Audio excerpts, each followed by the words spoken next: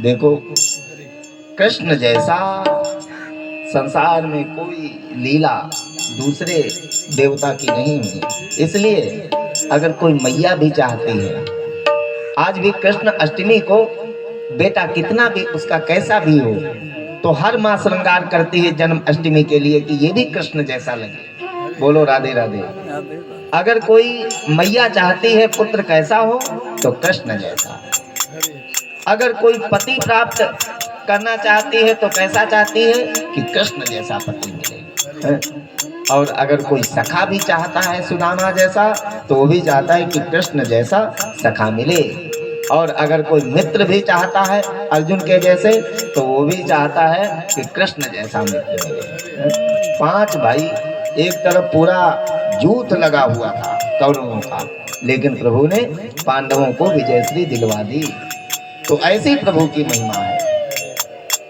गजब की बांसुरी बजती थी वृंदावन बसैया की, करूं तारीफ मुरली की या मुरलीधर कन्हैया की। जहां चलता था न काम तीरों और कमानों से, विजय नटवर की होती थी वहां मुरली की तानों से। अच्छा, प्रभु ने जो काम अस्त्रों से नहीं हो सके, ठाकुर जी ने अपनी बांसुरी से वो कार्य किए। अच्छा, बांसुरी को भी प्रभु ने हर जगह नहीं बजाया। बंसी क्या है? ये प्रेम का संवाहक है, लेकिन प्रभु ने बांसुरी को वहीं पे बजाया जहां पे लोग उस बांसुरी की भाषा को समझ सकते हैं। वृंदावन में ही राधा जी को उस बांसुरी को दे दिया और प्रभु परसों के लिए कह करके चले गए वहां। निस दिन बरसत नैन हमारे, निस दिन बरसत नैन हमारे, सदा रहत बारिश ऋतु हम पर, जब से श्याम सिधारे, निस दिन बरसत नैन हमारे। ये गोपियां जहां तक प्रभु का रथ दिखता रहा, एकटक अपने नैनों से उस रथ को ये गोपांगनाएं निहारती रही प्रभु के रथ को। रथ चला गया। सुखदेव जी कहते हैं, राजन, ठाकुर जी के जाने के बाद में, कृष्ण के जाने के बाद में गोपियों को ऐसा लगा कि इनका शरीर ही शेष ब्रज में रह गया हो। ब्रज का संपूर्ण तेज ही कृष्ण के साथ में मथुरा चला गया हो। अब अक्रूर जी आए। अक्रूर जी को लगा कि इन ब्रजवासियों का कैसा प्रेम कृष्ण के साथ में। वैसे तो ये परमात्मा है, लेकिन अगर कदापि इनको कुछ हो जाता है तो इन गोपियों के पाप से हमें मुक्ति कैसे मिलेगी, हाय से इनकी। तो विषाद में डूबे हैं अक्रूर जी। मथुरा से वृंदावन की कोई ज्यादा दूरी नहीं है। अब तो वृंदावन मथुरा एक ही हो गया, 9-10 किलोमीटर की दूरी है। इस स्थिति को जब देखा, यमुना जी के किनारे अक्रूर जी ने अपने रथ को रोका। भगवान समझ गए कि चाचा जी ये दुखी हैं। स्नान करने के लिए यमुना जी में अक्रूर जी का जाना हुआ। जैसे डुबकी लगाई अक्रूर जी ने यमुना जी के अंदर, जो स्वरूप रथ के ऊपर विराजमान था, उसी स्वरूप का दर्शन अक्रूर जी ने जल के अंदर भी यमुना जी के अंदर किया। जब उस स्वरूप का दर्शन किया अक्रूर जी ने जल के अंदर भी, तो प्रभु समझ गए कि ये साक्षात जगत करता है, जगदीश्वर है। इस स्थिति को देखा अक्रूर जी ने प्रभु की स्तुति करना प्रारंभ किया। नमो बुद्धाय शुद्धाय दैत्य दानव मोहिने, म्लेच्छ प्राय छत्र हंत्रे, नमस्ते कल्कि रूपिणे, नमस्ते वासुदेवाय सर्वभूत क्षयाय च, ऋषिकेश नमस्तुभ्यं प्रपन्नं पाहि मां प्रभु। हे कृष्ण, हे गोविंद, हे माधव, हे ऋषिकेश, हम आपके चरणों में प्रपन्न होके प्रणाम करते हैं।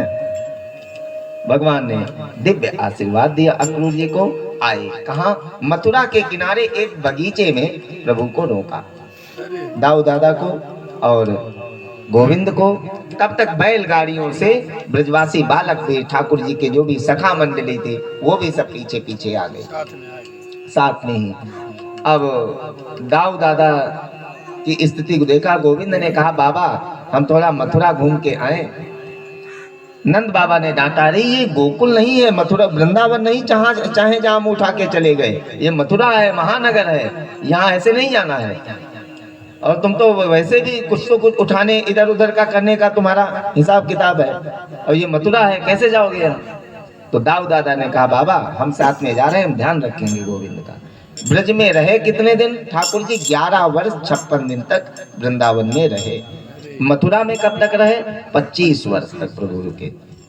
अब दाऊ दादा चल पड़े, साथ में आगे आगे कृष्ण, दाऊ दादा पीछे पीछे गोविंद की मंडली चल पड़ी। बोलिए श्री वृंदावन बिहारी लाल की जय। इस स्थिति को जब देखा मथुरा के नगरवासियों ने, बनी वैश्य समाज के लोगों ने जब देखा कि ये तो जय जयकार कहीं दूसरी पार्टी का ही हो रहा है, हमें लगता है सत्ता परिवर्तन का समय आ गया।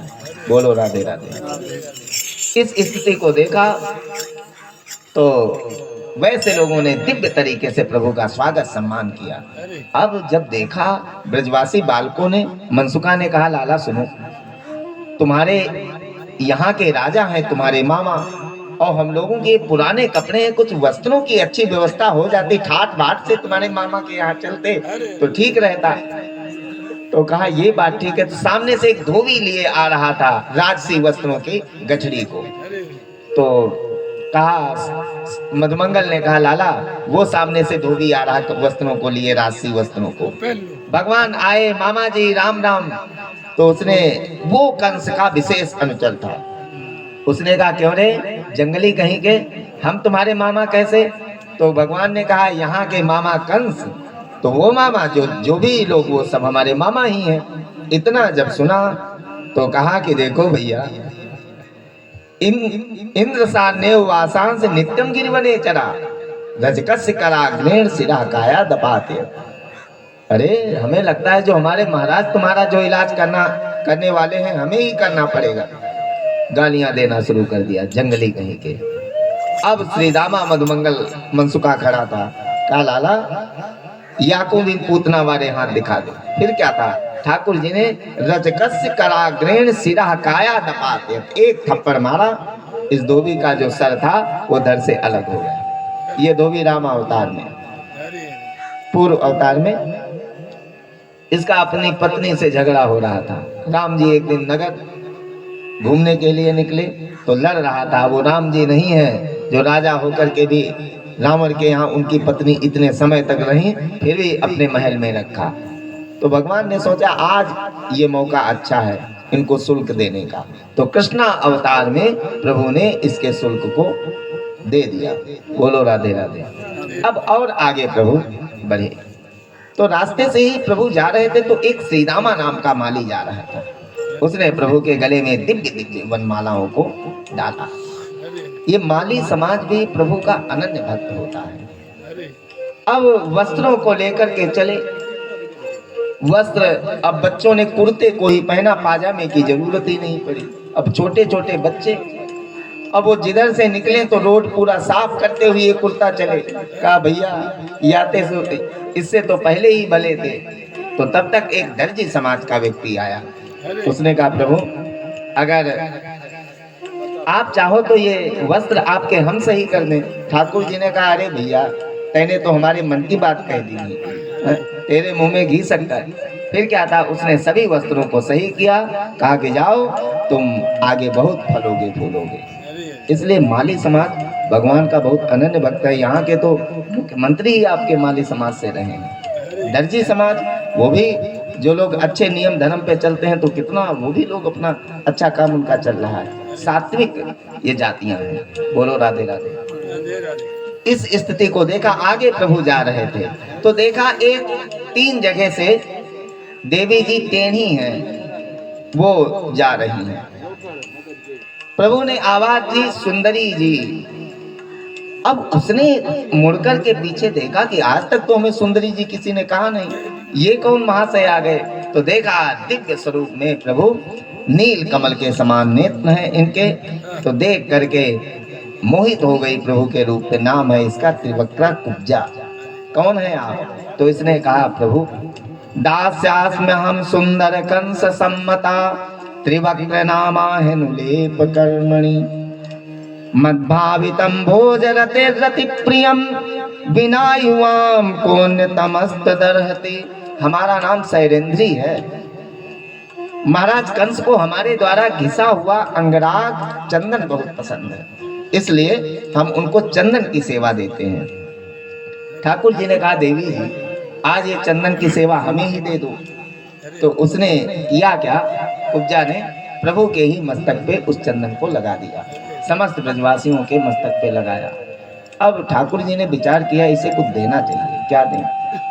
ठाकुर जी ने अपने पैर के अंगूठों से उसके पैर के अंगूठों को दबाया और ठोड़ी पे हाथ लगाया। मधुमंगल ने मनसुखा से कहा लाला कुछ भी है जाए लेकिन जोड़ी जम गई, ये भी 3 जगह से टेढ़ा और ये भी 3 जगह से टेढ़ी। तब तक भगवान ने किया क्या, धीरे से ही थोड़ा बल लगाया, उसके ठोड़ी को हिलाया तो सर्वांग सुंदरम दिव्यम, सुंदर रूप लेकर के कुब्जा खड़ी हो गई प्रभु के सामने 16 श्रृंगार करके। मंद मंद मुस्कुराती हुई बोली प्रभु कभी हमारे यहाँ भी घर पे सेवा का अवसर दें पधारे। ठाकुर जी ने कहा अभी नहीं, आगे किसी समय में हम तुम्हारे यहाँ जरूर आएंगे। दिव्य आशीर्वाद देके प्रभु ने कुब्जा को विदा किया। ठाकुर जी का आगे बढ़े। एक कुवले आती हाथी को लेकर के महावत आ रहा था, मदिरा का पान कराया और बहुत तेजी से दौड़ता हुआ प्रभु की तरफ चला आ रहा था। भगवान ने आवाज दी अम्बष्ट अम्बष्ट मार्गम नो देह पक्रम माचिरम नो चेत सकुंजरम त्वा अद्यनयाम यम साधनम। अरे महावत इस हाथी को हटा ले, नहीं तो हाथी के समेत तुम दोनों को यमपुरी भेज दूंगा। फिर क्या था, महावत ने और तेजी से बढ़ाया हाथी को। एक तरफ से दाऊ दादा ने, एक तरफ से गोविंद ने उस हाथी के दोनों दांतों को उखाड़ लिया, महावत को मार दिया और हाथी को पकड़ करके सूंड पकड़ करके प्रभु ने आकाश में फेंक दिया। 7 बार आकाश में घूम करके हाथी नीचे गिरा, उसके भी प्राण पखेरु उड़ गए। बोलो राधे राधे। प्रभु आगे बढ़े। कंस के द्वारा ये एक धनुष दिया गया था परशुराम जी के द्वारा कंस को। एक बार कैलाश पर्वत पे ही हिमालय की कंदराओं में परशुराम जी तपस्या कर रहे थे। कंस भी बहुत पराक्रमी था, ये गया और पर्वत हिमालय को ही हिलाने लगा, पर्वत को ही। परशुराम जी कुपित हुए, लेकिन जब कंस ने देखा परशुराम जी खड़े तो चरणों पे गिर पड़ा। परशुराम जी ने कहा कि कंस ये तुमको हम धनुष दे रहे हैं, अगर इसका चाप तुमने चढ़ा दिया तो जब तक ये धनुष नहीं टूटेगा तब तक तुम नहीं टूटोगे, और जिस दिन ये धनुष टूट गया उसी दिन तुम्हारी भी गारंटी खत्म हो जाएगी। कंस ने चाप को चढ़ा दिया, परशुराम जी ने वो धनुष दे दिया कंस को। कंस लेकर के आया, ठाकुर जी ने धनुष को भी उठाया। जिस तरीके से एक गजराज एक किसी सरोवर में कमल के पुष्प को उखाड़ लेता है सहजता से, उसी प्रकार से प्रभु ने भी सहजता से ही धनुष को उठाया और फूल के तरीके से उसको तोड़ दिया। जाकर के अनुयायियों ने बताया राजन तुम्हारी गारंटी खत्म, धनुष तो टूट गया। उसी सभा में कंस के 6 मल्ल खड़े थे। इन मल्लों का नाम चारूरे मुष्टिके कूटे सले तो सले हसे शेषा प्रद्रूर मल्लाह सर्वे प्राण परिपसवा। चारूर, मुष्टिक, कूट, सल, तोसल, ये 5 ऐसे महारथी थे जिनके अंदर 10-10 हजार हाथियों का बल था। इन्होंने ठाकुर जी को ललकारा कि अगर माँ का दूध पिया हो तो युद्ध करो हमारे साथ में। भगवान हंसे, कहा भैया भले आदमी, शर्म बिल्कुल बेच खाई है क्या? हम 5 साल के बालक, 10-10, 11-11 वर्ष के, और तुम पहलवान हम लोगों के साथ में कुश्ती लड़ोगे? तो उन्होंने कहा नाना न बालो न किशोरस्तम बलश्च बलिनाम बड़ा, तुम तो बलियों में भी बली हो। कौन कहता है तुम्हारे तो पेट में दाढ़ी है। पूतना ने नीतांतम चक्रवातश्च दानवः अर्जुनो गुहिका केसी धेनु को अन्येच तद्विधा। खेल खेल में ही तुमने पूतना को मार दिया, अष्टासुर मार दिया, धेनुकासुर मार दिया, वत्सासुर मार दिया, केसी मार दिया, अघासुर मार दिया, बकासुर मार दिया। तुम सिर्फ दिखने में ही छोटे हो, लेकिन काम तुम्हारे जो हैं वो सब बड़े बड़े हैं। इस स्थिति को देखा। अब उसी सभा में कुछ माताएं बैठी थी। जो भी वीर हैं उनको तो प्रभु हैं छोटे, लेकिन वीरों को प्रभु का शरीर ऐसा लग रहा है कि कोई महावीर सामने खड़ा हो। माताओं को पुत्र के रूप में प्रभु दिख रहे हैं और भक्तों को भगवान के रूप में प्रभु दिख रहे हैं, सखाओं को मित्र के रूप में प्रभु दिख रहे हैं। जो भी कंस आदि आदि जो भी आतताई वहां पे खड़े हैं उनको प्रभु काल के रूप में दिख रहे हैं। मल्लानाम सनीनाम नृणाम नरवरः स्त्रीणाम स्मरो मूर्तिमान गोपानाम स्वजनो सताम चितिभुजा शास्ता स्वपित्रो शिशु। इस स्थिति को देखा, चारूर ने प्रभु को ललकारा। भगवान ने किया क्या? दाऊ दादा तो मुष्टिक के साथ में, चारूर के साथ में गोविंद का युद्ध प्रारंभ हुआ। चारूर को गोविंद ने मार दिया और मुष्टिक को दाऊ दादा ने मार दिया। 5 मल्लों को तो प्रभु ने वहीं पे देखते देखते ही समाप्त कर दिया। शेषा प्रद्रुर मल्ला, और जो भी पहलवान वहां से बचे उन्होंने अपने प्राणों को बचाने के लिए ही वहां से भाग गए। इस स्थिति को जब देखा, गोविंद ने किया क्या? जब तक कंस अपने आप को संभाल पाता, बहुत उच्च आसन पे सिंहासन पे बैठा था, इनको भी मारूंगा, वसुदेव को भी मारूंगा, नंद को भी मारूंगा, पागल हो गया कंस। लेकिन जब तक ये अपनी स्थिति को संभाल पाता, गोविंद ने किया क्या? जाकर के छलांग लगाई, इसके केसों को पकड़ करके पृथ्वी पे पटका कंस को। प्रग्रह्य केसे सुचलत किरीटम निपात रंगो परितुंग मंचार। प्रभु इसकी छाती के ऊपर बैठ गए। कंस ने कहा छोड़ दो, केसों में दर्द होता है। ठाकुर जी ने कहा चलो आज तुम्हें महसूस तो हुआ कि दर्द भी होता है, दर्द को समझा तो। तुमने केसों को, बालों को भी ही पकड़ करके हमारी माँ को रथ के नीचे खींचा था, इसलिए प्रभु ने इसके केसों को ही पकड़ करके नीचे पटका कंस को। प्रग्रह्य केसे चलत किरीटम निपात रंगो परितुंग मंचार तस्यो परिष्टा स्वयं अपजनाभा पपात विश्वास श्रय आत्मतंत्रा। पूरे विश्व का भार लेकर के कंस के ऊपर प्रभु कूद पड़े। इसके शरीर से प्राण निकले, ठाकुर जी के चरणों में विलीन हो गए। सुखदेव जी से महाराज परीक्षित ने पूछा गुरुदेव, इसने ऐसे कौन से, इसके अंदर ऐसा क्या गुण था जिसके द्वारा इसके शरीर से प्राण निकले और ठाकुर जी के चरणों में विलीन हो गए? सुखदेव जी ने कहा राजन, हमने तुमको तृतीय स्कंद में भी श्रवण करवाया था। ये जय विजय ही भगवान के जो नित्य पार्षद हैं, ये 3 जन्मों के लिए असुर योनि में आए। तीसरा जन्म इनका जो था कंस, दंतवक्र और शिशुपाल के रूप में था। कंस की मुक्ति क्यों हुई? क्योंकि जिस समय से आकाशवाणी ने कहा था तुझे मारने वाला होगा वो काला काला होगा, मुरली वाला होगा, घुंघराले बाल होंगे, तो उसी दिन से इसकी दाल में भी अगर जीरा कहीं काला हो गया, ज्यादा भुन गया, तो उसी को देख करके ये भयभीत हो जाता है। अच्छा, मित्र की अपेक्षा दुश्मन ज्यादा याद आता है। मित्र को तो आदमी एक क्षण के लिए भूल ही जाता है, लेकिन अपने दुश्मन को बड़ी गहनता से उस पे अध्ययन करता है जब अकेले में व्यक्ति बैठता है। तो ठाकुर जी कहते क्या है? भाय को भाय अनख आलस, भाय को भाय अनख आलस हो, भाय को भाय अनख आलस, भाय को भाय अनख आलस हो। नाम जपत मंगल दिस दसहु, नाम जपत मंगल दिस दसहु, नाम जपत मंगल दिस दसहु, नाम जपत मंगल दिस दसहु। राम नाम नासै सब रोगा, राम नाम नासै सब रोगा, जो एहि भांति बने संयोगा, जो यही भांति बने संयोगा। ध्रुव सगला निज प्यों जस नाम, ध्रुव संगला निज प्यों जस नाम। ध्रुव सगला निज प्यों जस नाम, ध्रुव संगला निज प्यों जस नाम।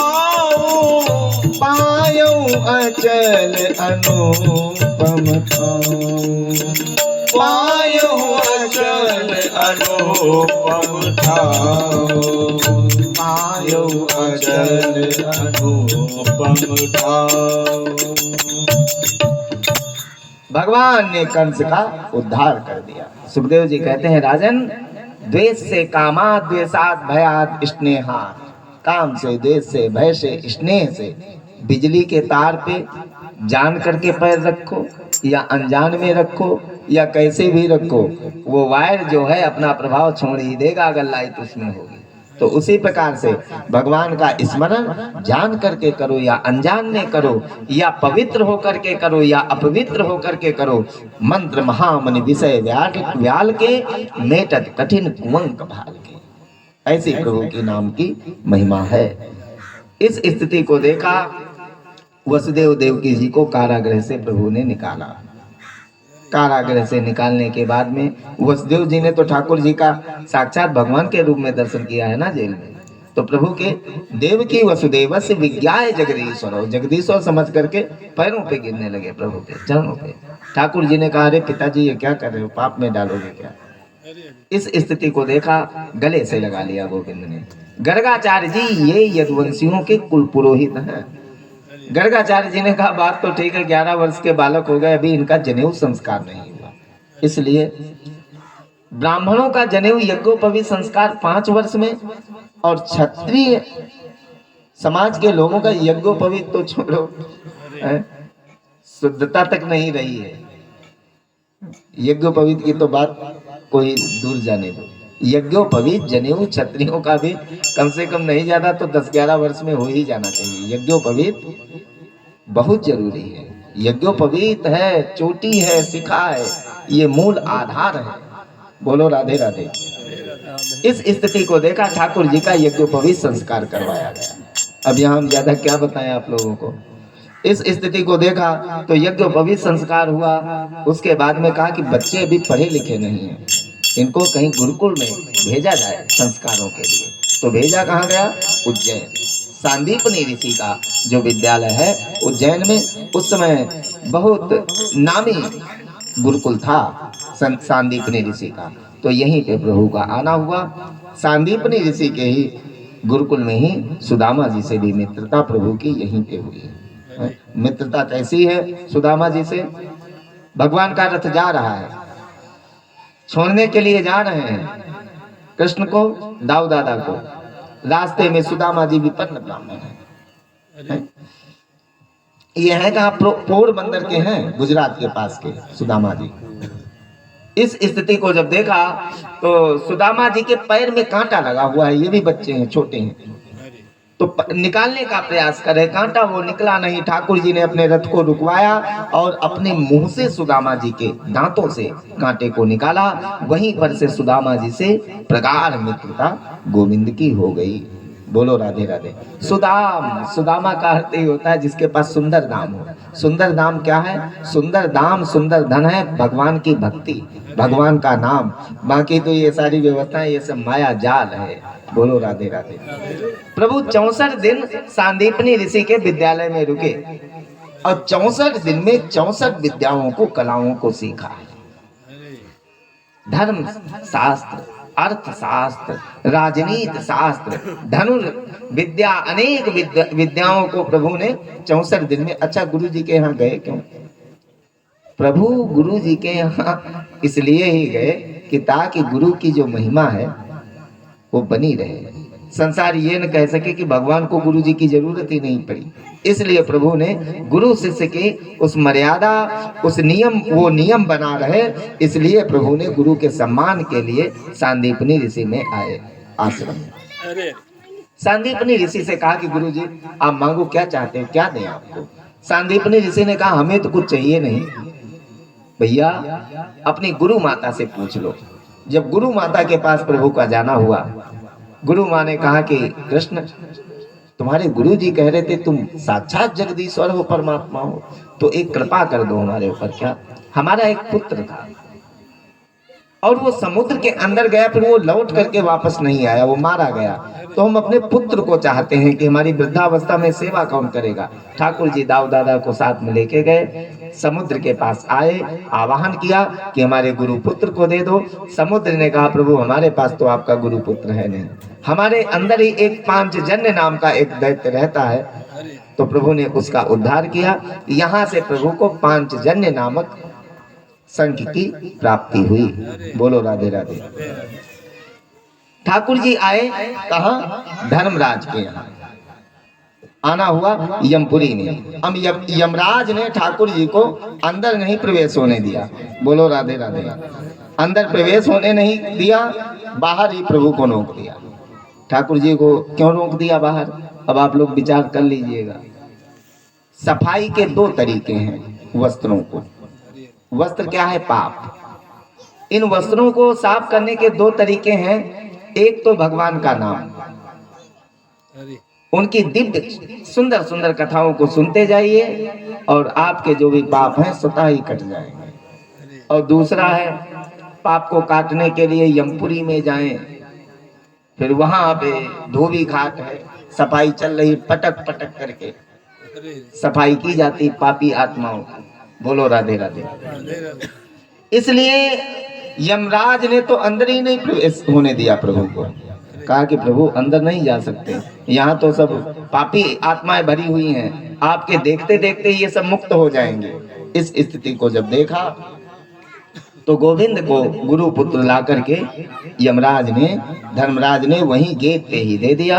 प्रभु लेकर के चले आए और जैसे ही लेकर के प्रभु आए, गुरु जी को समर्पित किया उनका पुत्र। बहुत दिव्य दिव्य आशीर्वाद दे करके सांदीपनी ऋषि ने प्रभु को वहां से विदा किया। कुछ एक संत गा रहे थे, आप लोग इनका शब्द अर्थ समझते जाइएगा, बहुत साधारण अर्थ है इसका।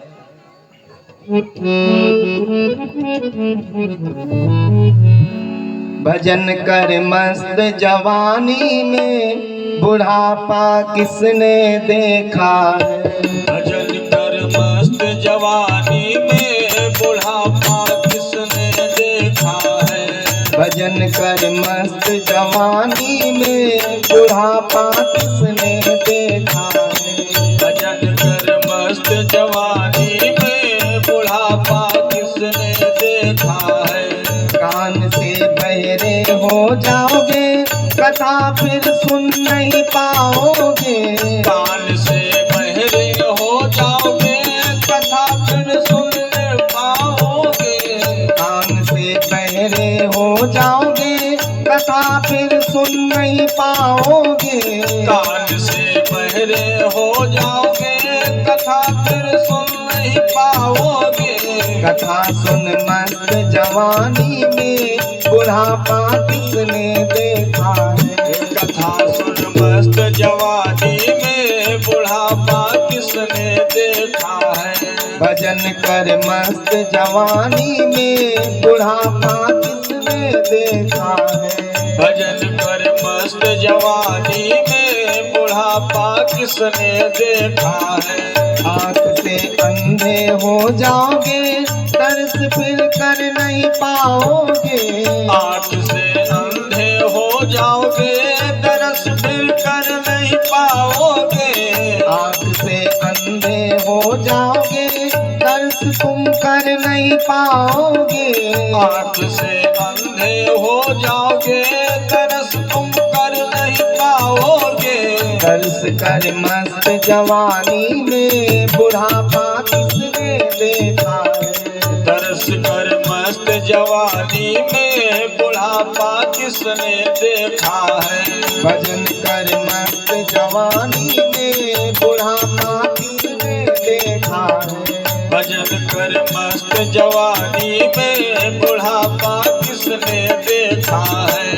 मुँह से गूंगे हो जाओगे, भजन तुम गा नहीं पाओगे। मुँह से गूंगे हो जाओगे, ये वृद्धावस्था में सारी स्थितियां आ जाती हैं। मुँह से गूंगे हो जाओगे, भजन तुम गा नहीं पाओगे।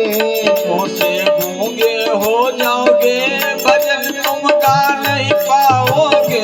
भजन कर मस्त जवानी में, बुढ़ापा किसने देखा है। भजन कर मस्त जवानी में, बुढ़ापा किसने देखा है। हाथ से लूले हो जाओगे, दान तुम कर नहीं पाओगे। हाथ से लूले हो जाओगे, दान तुम कर नहीं पाओगे। दान कर मस्त जवानी में, बुढ़ापा किसने देखा है। दान कर मस्त जवानी में, बुढ़ापा किसने देखा है। दान कर मस्त जवानी में, बुढ़ापा किसने देखा है। दान कर मस्त जवानी में, बुढ़ापा किसने देखा है। हरे रामा रामा राम, सीता राम राम राम। हरे रामा रामा राम, सीता राम राम राम। हरे रामा रामा राम, सीता राम राम राम। हरे रामा रामा राम, सीता राम राम राम। जय राधे राधे राधे, राधे श्याम श्याम श्याम। जय राधे राधे राधे, राधे श्याम श्याम श्याम।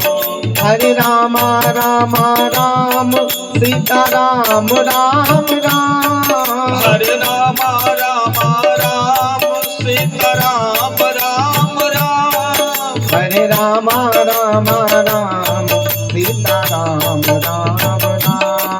हरे रामा रामा राम, सीता राम राम राम। किशोरी कुछ ऐसा इंतजाम हो जाए। किशोरी कुछ ऐसा इंतजाम हो जाए। किशोरी कुछ ऐसा इंतजाम हो जाए। किशोरी कुछ ऐसा इंतजाम हो जाए। जुबा पे राधा राधा राधा नाम हो जाए। जुबा पे राधा राधा राधा नाम हो जाए। जुबा पे राधा राधा राधा नाम हो जाए। जुबा पे राधा राधा राधा नाम हो जाए। किशोरी कुछ ऐसा इंतजाम हो जाए। किशोरी कुछ ऐसा इंतजाम हो जाए। वृंदावन के वृक्ष को मर मन जाने को, डाल डाल अरुपात पे श्री राधे राधे हो। किशोरी कुछ ऐसा इंतजाम हो जाए। किशोरी कुछ ऐसा इंतजाम हो जाए। जुबा पे राधा राधा राधा नाम हो जाए। जुबा पे राधा राधा राधा नाम हो जाए। किशोरी कुछ ऐसा इंतजाम हो जाए। किशोरी कुछ ऐसा इंतजाम हो जाए। श्री राधे श्री राधे राधे श्री राधे। श्री राधे श्री राधे राधे श्री राधे। श्री राधे श्री राधे राधे श्री राधे। श्री राधे श्री राधे राधे श्री राधे। श्री राधे श्री राधे। श्री राधे श्री राधे। श्री राधे श्री राधे। श्री राधे श्री राधे। श्री राधे श्री राधे। श्री राधे श्री राधे। कुछ ऐसा इंतजाम हो जाए, किशोरी कुछ ऐसा इंतजाम हो जाए, जुबा पे राधा राधा राधा नाम हो जाए, जुबा पे राधा राधा राधा नाम हो जाए, स्वामिनी ऐसा इंतजाम हो जाए, स्वामिनी ऐसा इंतजाम हो जाए, इंतजाम हो जाए, इंतजाम हो जाए, इंतजाम हो। भगवान 64 दिन में 64 कलाओं को सीख करके प्रभु आए मथुरा। जैसे ही प्रभु का मथुरा में प्रवेश हुआ, देवकी मैया को बहुत दिन के बाद भी प्रभु मिले, तो अनेक प्रकार से प्रभु को प्रसन्न रखने का देवकी मैया प्रयास करती हैं। लेकिन ठाकुर जी ने विचार किया कि हमने झूठ बोला ब्रजवासियों से, भोले भाले ब्रजवासी। अच्छा, विचित्रता ये, मथुरा से वृंदावन की कोई दूरी नहीं है, लेकिन जब से गोविंद आए मथुरा, तो ब्रजवासी भी वृंदावन से मिलने नहीं आए ठाकुर जी से, दोबारा आए ही नहीं। क्यों? क्योंकि प्रेम की वास्तविक पहचान, पास में रह के प्रेम करना ये अलग की बात है। प्रेम की वास्तविक परीक्षा जब होती है, जब प्रेमी एक दूसरे से दूर रहे फिर भी वो अपने प्रेमी के लिए शुभ की मंगल की ही कामना करे, उसको असली प्रेम कहा जाता है। तत्सुख सुखित्वम। इस स्थिति को देखा, माता देवकी लेकर के आई माखन और मिश्री गोविंद के लिए। आज इस माखन मिश्री को प्रभु ने देखा तो नेत्र सजल हो गए। क्या वृंदावन का वो जमाना था, कैसी स्थिति वृंदावन की। भगवान एक एक लीला को याद कर रहे, कैसे कैसे मित्र सखा आदि आदि के साथ में कैसे कैसे भोजन, कैसे किस तरीके से जीवन था। प्रभु ने जैसे माखन मिश्री को देखा, नेत्र सजल हो गए। माँ यशोदा की याद आ गई। मैया यशोदा, मैया तो इतनी हुई, लेकिन यशोदा मैया क्या कहना। इस स्थिति को जब देखा तो वसुदेव जी को जाकर के देवकी माता ने बताया कि हमें लगता है कि इनको शायद यहाँ अच्छा नहीं लगता हो, तो थोड़ा आप पूछो। अब वसुदेव जी को लगा कि ये हमारा पुत्र है, अब हम पिता हैं और हमारी उम्र भी काफी है इनसे ज्यादा, तो इनसे हम खुलकर के कैसे बात कर सकते हैं। इसलिए बृहस्पति के शिष्य हैं, नाम है इनका उद्धव, भगवान के ये दैता सखा हैं। उद्धव जी को वसुदेव जी ने भेजा कि ऐसा करो उद्धव, तुम थोड़ा जाओ पूछो जा करके। इसलिए कहते हैं, रसखान जी ने लिखा है, ब्रह्म में ढूंढो पुराणन गायन, वेद ऋचा सुनी चौगुनी चायन, देखो सुनो न कहूँ कतहूँ, वह कैसो स्वरूपन कैसो शुभायन, तेरत हेरत हारि पर्यो, रस खान बतायो न लोग लोगायन, देखो दुर्यो सोई कुंज कुटीर में, पाए पलोटत राधिका पायन। एक बरसाना में एक जगह है जहाँ पे किशोरी जी के, राधा जी के सामने तो प्रभु रिझाने के लिए मोर नृत्य ही करने लगे। बोलो राधे राधे। ये स्थिति है। ठाकुर जी ने जब देखा उद्धव जी को, उद्धव जी ने कहा, प्रभु कृष्ण आप रो कैसे रहे। ठाकुर जी ने कहा, क्या बताएं, उन ब्रजवासियों से हमने झूठ बोला। निस दिन बरसत नैन हमारे, निस दिन बरसत नैन हमारे, सदा रहत बारिश ऋतु हम पर, जब से श्याम सिधारे, निस दिन बरसत नैन हमारे। भगवान ने इस स्थिति को देखा तो कहा कि उद्धव हमने झूठ बोला अपने ब्रजवासियों से, और जिन्होंने हमसे कभी कुछ नहीं चाहा, सिर्फ हमें ही चाहा, और उन विचारों से हमने परसों को कह करके आए, आज परसों से वर्षों निकल गए और वो पता नहीं किस स्थिति में कैसे। अरे हमारी मैया यशोदा तो हमारा हाथ पकड़ती रह गई, आने नहीं दे रही थी। पता नहीं वो मैया यशोदा हमारी किस स्थिति में कैसे रह रही होगी हमारे बिना। अब उद्धव जी ने कहा कि कृष्ण, हम ये चाहते हैं कितनी दूर यहाँ से वृंदावन है, तुम जा सकते हो। लेकिन भगवान ने यहाँ पे उद्धव को ज्ञान तो है, भगवान का अपने भक्तों से अलग कभी थोड़ी नहीं रहते हैं। उद्धव जी के अंदर ज्ञान तो है, लेकिन ज्ञान का अभिमान बहुत ज्यादा है उद्धव जी के अंदर। विचार किया कि मित्र, जलेबी कितनी भी सुंदर से की हुई हो, कितनी भी छनछनाते हुए तेल से उनको खरी करके निकाला जाए, लेकिन जब तक उसमें चीनी की चाशनी उन जलेबियों में पड़े तब तक उसमें मिठास नहीं आती। ज्ञान कितना भी श्रेष्ठ हो, लेकिन उस ज्ञान में नम्रता, विनम्रता, प्रेम, भक्ति न हो तो ज्ञान किसी काम का नहीं। कहा उद्धव, हम चाहते हैं कि तुम जाओ यहाँ से ब्रजवासियों को मिलने के लिए। उद्धव ने कहा मित्र कृष्ण, हम जाएं तो, लेकिन हम बृहस्पति के उच्च शिष्य, वेद वेदांत की भाषा बोलने वाले वो गंवार, वो हमारी भाषा को क्या समझेंगे। लेकिन आप कह रहे हो हम जाते तो हैं, लेकिन 1 घंटे में ही वापस लौट के आएंगे, रुकेंगे नहीं। भगवान मुस्कुराए, उद्धव, उस प्रेम की भूमि पे जब जाओगे तब तुम्हें पता चलेगा कि तुम 1 घंटे में वापस आते हो कि 6 महीने के बाद में वापस आते हो। गोविंद खड़े हैं। उद्धव मोहि ब्रज बिसरत नाही, हंस सुता को सुंदर कलरो, अरु कदमन की छाही, मोहि ब्रज बिसरत नाही। या मथुरा कंचन की नगरी, मणिमुक्ता जी माही, उद्धव मोहि ब्रज बिसरत नाही।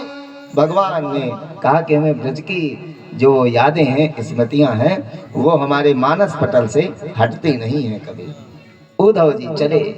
उद्धव जी का आना हुआ वृंदावन में। ये भगवान के सखा करते क्या हैं, ये नित्य मथुरा के रास्ते पे आकर के बैठ जाते हैं सुबह से, कि गोविंद ने कहा था कि परसों लौट के आएंगे, और बेचारे सुबह आकर के बैठते, सुबह से शाम हो जाती, फिर निराशा को लेकर के वापस वहां से जाते। इसलिए इस स्थिति को देखा तो उद्धव का जब रथ आज आता हुआ देखा, रथ आता हुआ दूर से देखा, ब्रजवासी बालकों ने कहा कि हमने कहा था कि कृष्ण कभी तो कभी वापस जरूर आएंगे। रथ आता हुआ देखा। अब जो मनसुखा था वो तो नाराज हो गया, कहा देखो ये झूठ बोल करके गए, कहा था कि परसों आ जाएंगे, हम तो इनसे बात ही नहीं करेंगे, बिल्कुल जब आकर के हमें मनाएंगे तभी हम बात करेंगे इनसे। लेकिन अन्य सखाओं ने कहा ये नोक झोंक की बातें बाद में भी चलती रहेंगी, बहुत दिन के बाद में गोविंद का आना हुआ है कन्हैया का, अभी तो चलो उनसे हालचाल पूछते हैं कि कैसे क्या रहा उनका जीवन मथुरा का। लेकिन जैसे ही ब्रजवासी बालक पास में आए, रथ को उद्धव जी ने रोका तो रथ के ऊपर कोई और बैठा हुआ था। इस स्थिति को देखा, उद्धव जी ने रास्ता पूछा कि नंदालय का रास्ता कौन सा जाता है। उन ब्रजवासी बालकों ने कहा उद्धव जी, जब से हमारे गोविंद इस वृंदावन को छोड़ करके गए तब से नंदालय का रास्ता कोई नहीं पूछता। अच्छा, तुम अगर पूछते ही हो तो तुमको हम एक सहज रास्ता बताएं। ये जो सीधे ये रास्ता जा रहा है, ये जो जल का प्रवाह आ रहा है बहता हुआ, इसी जल के प्रवाह के सहारे सहारे तुम चले जाना, नंदालय पहुंच जाओगे। और सुनो, ये जो जल का प्रवाह बहता हुआ आ रहा है, ये कहीं नदी, नलकूप या किसी तालाब का जल नहीं है, ये तो गोपियों के, गायों के, नंद यशोदा के नेत्रों के जल का प्रवाह आ रहा है। उद्धव जी के ज्ञान का डंडा खिसक गया कि ज्ञान कहाँ, बृहस्पति के शिष्य उद्धव, इनके ज्ञान, पूरा ज्ञान यहीं पे बह गया।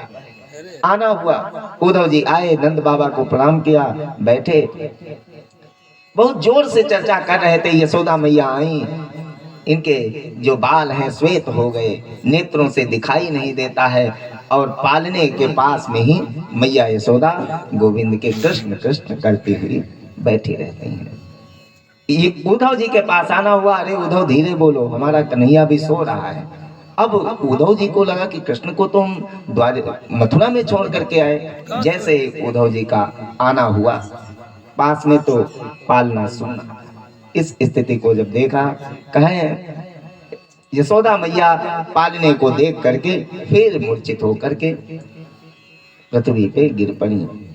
धूरी भरे अति शोभित श्याम जू, कैसी बनी सिर सुंदर चोटी, खेलत खात फिरत अंगना, पग पैजनि बाजत पीरी कछोटी। वाछबि को रस खान बिलोकत, वारत काम कला निधि कोटि, काग के भाग बड़े सजनी, हरि हाथ सो ले गयो माखन रोटी। भगवान जब नंदालय में विचरण करते हैं, यशोदा मैया उनके हाथ के ऊपर भात और दिव्य मक्खन को रख देती हैं, तो काग के रूप में लेकर के कौवा ही उड़ जाता है उसको। भगवान माता यशोदा से बहुत क्रोध में कहते, इस कौवे को तो मैं जान से मार दूंगा मैया, ये आए दिन मोह को परेशान करते रहे। अनेक लीलाएं प्रभु की याद करती हैं। नंद बाबा की पूरी रात चर्चा चली, किसके साथ में? उद्धव जी के साथ में। उद्धव जी कह रहे हैं, अरे बाबा उसके लिए तुम क्या कहते हो? अब स्मृत न कृष्णो मातरम सुहदा सकीन, गोपान व्रजम च आत्मनाथम गाओ वृंदावनम गिरिम। न माता न पिता, तो न उसकी कोई माँ है, न उसका कोई पिता है, न उसका कोई सुहृद है। वो तो बिनु पग चले सुनई बिनु काना। इन स्थितियों के बारे में जब बताया, अब उद्धव को लगा, नंद बाबा को लगा, तुम कह रहे हो उसका कोई रूप नहीं है। अगर उसका रूप कोई नहीं होता, वो निर्गुण होता, तो जब यशोदा ने उसको उखल में बांधा था तो हमने ही जाकर के उसको खोला था उखल से। तुम कह रहे हो उसका कोई रूप नहीं है। अनेक तरीके से चर्चाएं नंद बाबा से पूरी रात्रि चलती रही। कोई आपका बेटा परदेश में हो, वो पुत्र नहीं भी आता, अगर उसका कोई मित्र ही अंतरंग सखा ही आ जाता, तो माता पिता उसे भी पुत्रवत ही स्नेह देते कि हमारा बेटा कैसा है, कैसे रहता है, कैसे खाता, कैसे पीता। सुबह जब हुई तो नंद बाबा का, उद्धव जी का आना हुआ यमुना जी के किनारे।